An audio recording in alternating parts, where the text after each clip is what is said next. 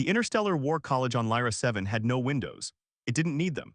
The ceiling of Lecture Hall C simulated a perfect view of the planet's lavender sky, complete with drifting vapor spirals from the distant methane seas. Inside, the air was clinically climate-controlled and saturated with the scent of neutral sanitizers and old metal. Rows of cadets, scaled, furred, shelled, and sleek-skinned, sat in tiered seating around a central holographic display. Some still in training gear, others in half-donned exoframes, all bored. Cadet Caleb sat alone in the back row. He kept his elbows on the fold-down desk in front of him, hands steepled just beneath his mouth. His regulation fatigues were clean, though the collar looked slightly too tight, the way human necks sometimes made clothes designed for multi-species conformity look subtly wrong. His gaze never left the holograms. Down on the lecture floor, Professor Thurek circled the main projector like a lion orbiting a fresh kill. His artificial chest plate gleamed under the lights, decorated with 11 medals inset into its alloy, each a token from a campaign older than most in the room. His remaining biological arm, scaled and pale green, gestured lazily as the next hologram flickered into view. This is Earthborn Urban Combat, circa 2043. Mid-level engagement during the Greater Lego Strout riots. The footage was raw, unsteady camera feed, rooftops shrouded in smoke, civilians screaming in the background as armored riot police moved through a shattered alleyway. No drones, no grav shields, just boots, batons, and tear gas. Muffled chuckles began almost immediately. A Nazari cadet with bioluminescent facial fins pointed at the screen. They ran out of suppressor rounds, why not engage from orbit? Look at the armor, snorted a four-armed Yarak next to him. Cloth and plastic, that's not even real plating. A ripple of laughter grew across the chamber. Primitive, said the Valeri cadet in the front row, his voice a low hum from behind his faceplate. Reckless, added another. Professor Thorak nodded slowly, arms behind his back, face split in a practiced sneer. Indeed, Earth's combat legacy is a study in desperation, throwing bodies at problems, wading into chaos. These engagements lack elegance, coordination, logic. The laughter deepened. Some cadets mimicked the grainy footage, mock charges behind desks, exaggerated dive rolls, over-the-top shouting. A golden in the second row flipped its translator off just to laugh in its native shriek-click rhythm. The atmosphere buzzed with smug superiority. Caleb didn't blink, the footage rolled on. A trench network in muddy terrain, soldiers lunging with bayonets and soaked uniforms, smoke and fire, screams again. A flicker showed an exhausted soldier hauling a wounded comrade through wire-cut fencing under fire.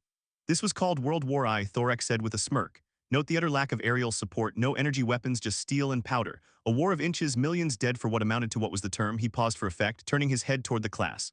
A stalemate, a chorus of snorts followed. In the back row, Caleb raised his hand. It wasn't abrupt, it wasn't dramatic.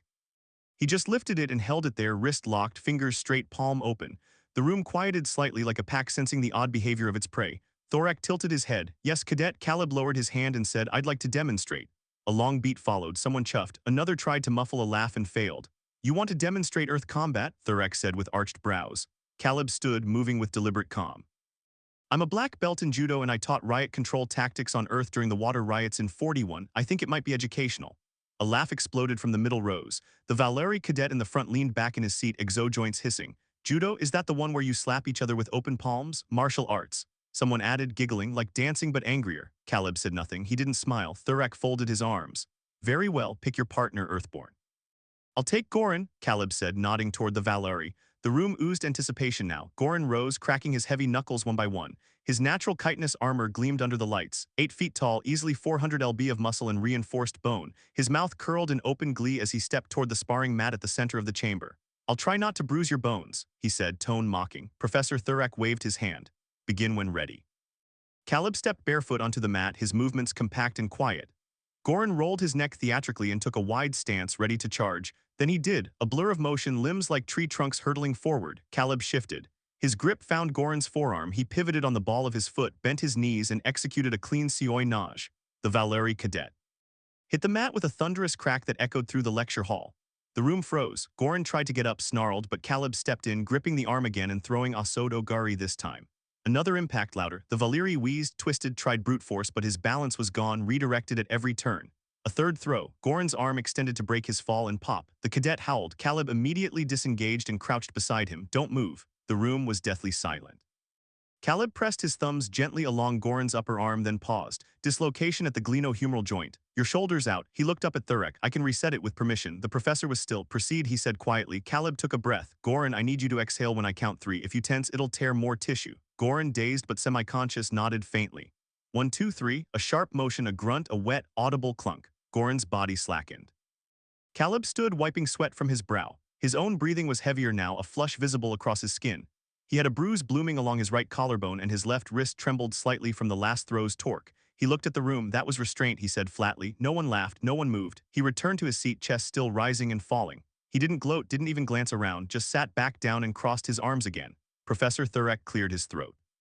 When he spoke, the smirk was gone. Effective, he said. There was a long pause. Then he added more carefully, tomorrow a new training module will be added to the syllabus. He didn't look at Caleb, but his voice dropped a fraction as he said it. Earth combat, optional no longer.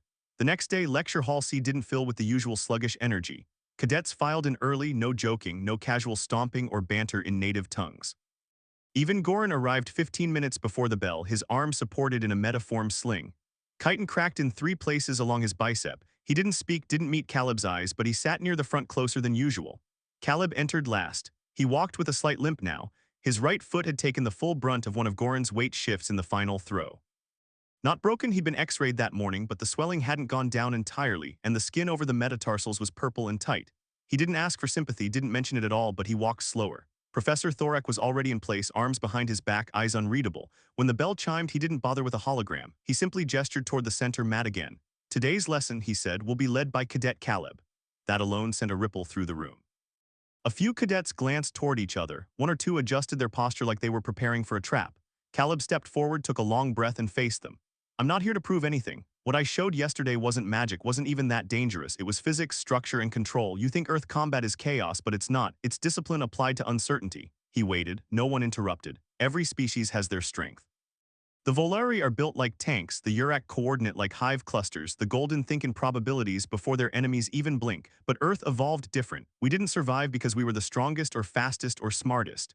He paused, then added, we survived because we didn't give up when those things failed. Thorek's head shifted just slightly. I'm going to teach you how we fight when nothing else works. Not with lasers, not with doctrine, not with orbital superiority, but with movement, with touch, with leverage. Caleb looked toward the display wall. Load simulation set Earth grappling fundamentals judo variation.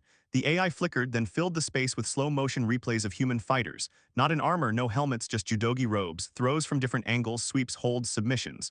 The same fight Goran had endured, but slowed, annotated, dissected. The class watched.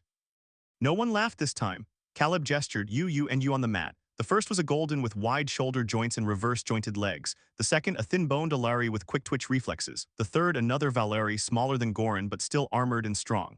Caleb walked to the center, removed his boots, and set them neatly beside the mat. I'm going to show you 3 things, 1 per cadet, and none of it is about strength. First, the Golden. Caleb pointed to its hip. You lead with that leg when you move. Watch. He stepped close, gave a light push, and as the cadet shifted instinctively to rebalance, Caleb dropped into position and performed a kuchigari, a minor inner reap. The Golden tumbled gently, more surprised than hurt. He stood quickly, head nodding in disbelief. Next, the Alari. Caleb faced him. Your center of gravity is higher than mine. That's good for reach, bad for balance. He waited for a strike, ducked under, then flowed into a Tayatoshi, sweeping the cadet's legs in a fluid pivot, down again, fast, clean. Finally, the Valari. Caleb breathed. He was sweating now, favoring his injured foot more noticeably, but he didn't hesitate. The Volari charged, eager. Caleb shifted aside and used Harai Goshi, a sweeping hip throw. This time, he didn't slam the cadet. He let the momentum carry the body over and down, gently enough that the Volari only grunted on impact. The hall was silent. Professor Thorek finally spoke. Why not strike? Caleb turned. Because in close quarters, striking breaks your own structure. One punch can end a fight or it can end your hand. He lifted his bruised wrist slightly. Control means knowing when to not cause damage. One of the Yarak raised his hand. You could have broken Goran's arm. I didn't. But why not finish the fight? Asked the Inzari. Because real combat isn't about domination, it's about ending the threat as fast and safely as possible. You don't get medals for bleeding. That quieted them. Most looked unsure now. A few, like the Alari, looked thoughtful. Even Goran gave the smallest of nods, the kind that didn't mean approval but understanding. The rest of the day was drills. Caleb didn't throw again. He walked among the pairs, correcting stance, demonstrating grip. He tapped elbows into place, redirected shoulders, adjusted cadets' weight over their heels. Once he stopped mid-sentence, pressed a palm against his side and winced, probably a rib strain. He took a few breaths, resumed. When the bell finally rang to end the module, no one moved right away. Thorek stepped forward. His voice was lower now, with a faint grit to it. Cadet Caleb, this methodology, it will be formalized into the curriculum. You will assist in creating the training outline. You will be compensated. Caleb shook his head. I'll do it, but I don't want extra credit. Why not? The professor asked. Caleb hesitated, then said, because I want them to learn it for real, not just to tick a box. Thorek gave a single nod. Later, as the hall emptied, the Valeri Caleb had thrown approached him. You move like something hunting. Caleb glanced up. Not hunting, surviving. He shifted weight off his foot again. The bruise had deepened, now a full black stripe from ankle to arch.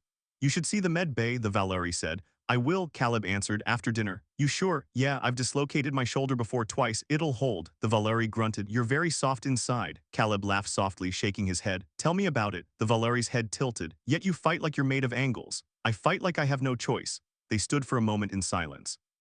Then the Valeri offered a gesture, 2 fingers pressed to the chest, a salute of informal respect among his kind. Caleb returned it. As the hall dimmed and emptied, Professor Thorax stood alone by the control panel, watching the replays again, Caleb's throws in slow motion. He didn't smile. Instead, he whispered under his breath, almost too softly for the room to catch. "Pray they never fight us for real." 2 weeks later, the aches had mostly faded. Caleb's limp was gone, though his left wrist still bore a support band. On Earth, he'd have been told to rest it for 6 weeks. Here on Lyra 7, the Academy's med bay had protocols built around rapid cellular acceleration and deep tissue regrowth, but Caleb declined anything beyond bone imaging and compression wrap. "No shortcuts," he told the medic. "The body remembers what it earns." The human recovery time puzzled them, not just its length, but the stubborn refusal to bypass it. The weak lecture hall C had been reconfigured. Gone was the single mat. Now 6 grappling circles filled the chamber's center, while one corner held a motion capture grid, medical scanner, and data station. Caleb stood beside it each day, now wearing a patched uniform with a small black rectangle stitched over the heart, non-faculty, non-cadet, but authorized. The newest curriculum module: unarmed human engagement techniques, non-lethal control, tactical movement, and redirective force. Cadets arrived earlier than ever. Even those uninterested in the techniques themselves came to watch those who tried and failed to replicate them. Most cadets, even the more analytical species, struggled with balance under contact. They were used to force and formality, fighting as an extension of their species' military doctrine, but Earth combat required intuition and discomfort. It required feeling someone's weight shift and knowing what came next. And so most failed. Hard. It wasn't humiliating anymore, it was fascinating. They fell, got up, adjusted, tried again. The Valeri learned to roll. The Alari learned to shift center. The Golden stopped relying on pre-mapped reaction Timin. Judo demanded presence, not pre-programmed reflexes. And Caleb, he moved slower than before, deliberate, always watching, always with a slight tremor in his bad wrist or a grimace if he overextended the foot he'd bruised. Some of the cadets had started calling him Instructor Stone. Quiet, heavy, unmoving unless absolutely necessary. Professor Thorax sat in for every session now. He rarely spoke. When he did, it was usually to ask questions he already knew the answers to, framing them in ways that made the cadets confront their own assumptions. "Cadet Alvin, why did your sweep fail?" The Yarak cadet hesitated. He was heavier than expected. "Wrong, he let you feel that weight, then shifted." Earthborn techniques invite imbalance. They use what you expect against you. Or Cadet Lurik, "Why didn't you counter the throw?" The Golden shook his head. "It happened too fast." "No, it happened when you assumed speed didn't matter in close quarters. You were trained for open-field predictive combat. This is not that." One morning, as the module began, Thuron handed Caleb a datapad. "Tomorrow, we rotate to terrain simulations." Caleb scrolled through the files: urban layouts, collapsed infrastructure, debris zones, civilian presence, no live ordnance. Caleb nodded. "We're moving into riot control." Thuron said nothing at first. "Then I want them to understand fear. Not just tactics. Fear is easy," Caleb muttered. "It comes free with breath." Thuron studied him. "I served 32 years in the Keth campaigns. I saw planetary sieges that lasted half a standard cycle. I've seen minds break long before bodies." "But he paused. "You carry fear like a veteran, not a cadet." "I was a peace officer in Denver during the 41 water riots," Caleb replied. 12-hour shifts, gas masks. We didn't get orbital support. We got rubber bullets and a crowd 3,000 strong." Thuron squinted. "Why didn't you quit?" "Someone had to keep people alive." The professor looked at him a long time, then nodded. "I'll clear access for you to adjust the terrain variables, teach them chaos, show them how to function in it." Caleb tilted his head. "You trust me with that?" "No, but I believe in results." The next day, the simulation lab reeked of heat and density. Steam jets hissed from pressure valves. The floor was uneven, scattered with simulated rubble. Audio files of panic played on loop. Not real screams, just enough to fog the mind. Cadets entered cautiously, already sweating. They were issued no weapons, only gloves, padded vests, and the directive: control the zone, extract civilians, subdue threats without lethal force. Caleb activated the scenario. The chaos hit immediately: moving targets, shifting lights, overlapping sound cues, randomized aggressor AI. One cadet slipped on broken tile and was trampled by civilians within seconds. Another froze mid-charge, her species' photosensitive eyes overwhelmed by strobing lights. Caleb moved through the simulation not as a participant but as an observer, a shadow in the fog, correcting, adjusting, pulling cadets aside. "No wide stances here. You'll trip on debris. Don't push into the crowd. Redirect it. Watch the elbows. You're using your arms like clubs. You should be a wheel, not a hammer." By the end of the drill, only 3 cadets had successfully cleared their zones without injury. Caleb gathered them around. "You think combat's about dominance. It's not. It's about management under stress. It's logistics of the body, geometry under pressure." He pointed to one of the failed groups. "If this were a real riot, your casualty rate would be 70%. The cadets flinched. But he added, "You're learning, and that means you're adapting. And if there's one thing Earth does better than anyone else, it's adapt when things fall apart." Thurek stepped beside him. He didn't address the class this time, just stood next to Caleb as they watched the recordings. "You weren't trained in war," he said softly. "No," Caleb replied. "I was trained in keeping people alive long enough to not need war." Thurek watched the footage of a golden cadet successfully using a hip throw to redirect a charging aggressor drone. "I think that's harder." Caleb didn't answer. That evening, as the sun simulation dimmed in Lecture Hall C, a group of cadets lingered in the corridor. They didn't leave when the class ended. Instead, they approached Caleb's station, quiet, respectful. "Can we stay late?" one asked. "Why?" Caleb asked. "To practice," said another. He nodded. "No throws, just movement drills, my wrists acting up again." As they began pairing off, Thurek passed by, hands behind his back. He paused just outside the hall's exit and turned slightly toward Caleb. "The next time someone mocks Earth tactics," he said quietly, "I'll tell them to pray." Then he was gone. 6 weeks after the first throw hit the mat, Caleb stood in front of a new class. Different room, different cadets, all first years, eager, raw, unscarred by the Academy's deeper curriculum. The Lyra 7 War Colleague. E had moved Earth combat from specialist elective to core foundation, a change that made a lot of senior faculty uncomfortable. Some pushed back. Professor Thurek didn't. He had written the recommendation himself.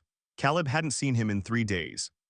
Word was Thurek had taken a leave to review interspecies doctrine archives, recalibrating strategic assumptions in light of non-technological resilience factors, which sounded exactly like something Thurek would do to avoid saying, "We missed something important."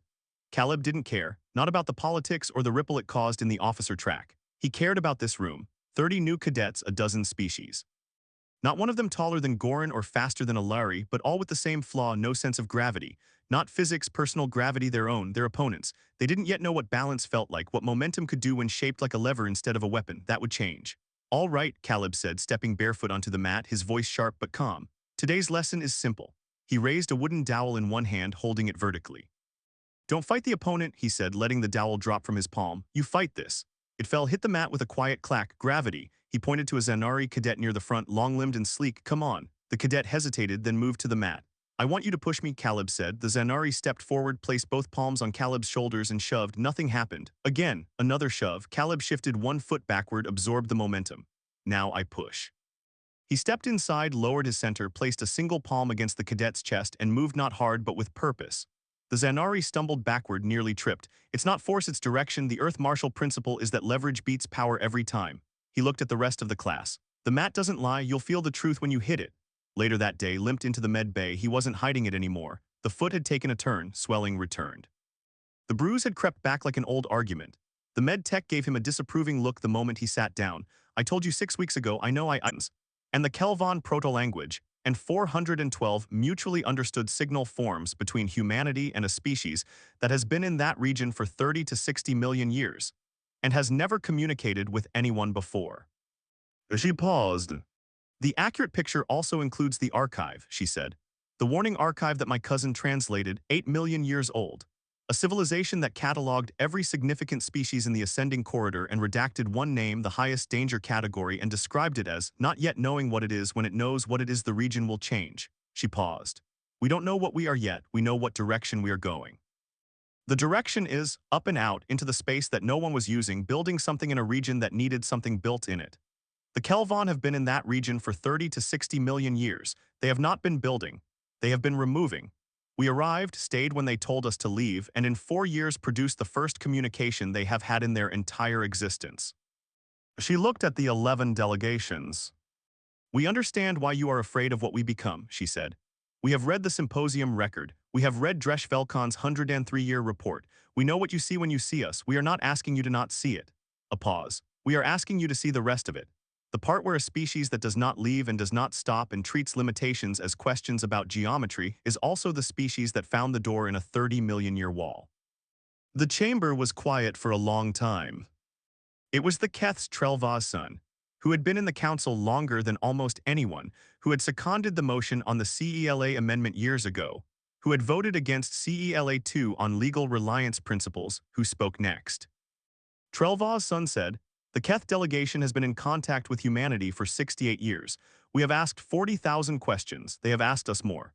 In 68 years, we have not found a single instance of humanity taking an action that reduced the compact's capacity to do what the compact was built to do." A pause. The compact was built to coordinate the behavior of spacefaring species in a shared region of space for the benefit of all members. The ascending corridor has, in 20 years, expanded what the shared region of space means. It has brought new species into contact with the compact framework. It has demonstrated that the ascending direction was not empty. It had the Kelvon in it, and possibly other things we have not found yet. Humanity found these things because they went there, and they went there because we, a slight emphasis, passed a law telling them that the inhabited band was limited, and they asked which direction was forbidden, and the answer was not up. Another quiet. Trelva's son said, "The Keth delegation will not support Article 23. We will support a working group to address the legitimate security architecture concerns in the ultimatum. We will support a review of the collective security framework to account for capabilities that were developed before the framework was defined. We will support a negotiated process." A pause. We will not support enforcement action against a species that has, in 68 years of Compact membership, consistently acted within the Compact's legal framework while demonstrating capabilities and values that the Compact's security architecture was not designed to account for. Another pause. The framework needs to catch up. That is a Compact problem, not a humanity problem. The session ran for 9 hours. At the end of 9 hours, the vote on invoking Article 23 was called. The result was 9-7 with 2 abstentions. 9 was not 12. Article 23 was not invoked. The vote on establishing a joint working group on compact security architecture, with a mandate that included the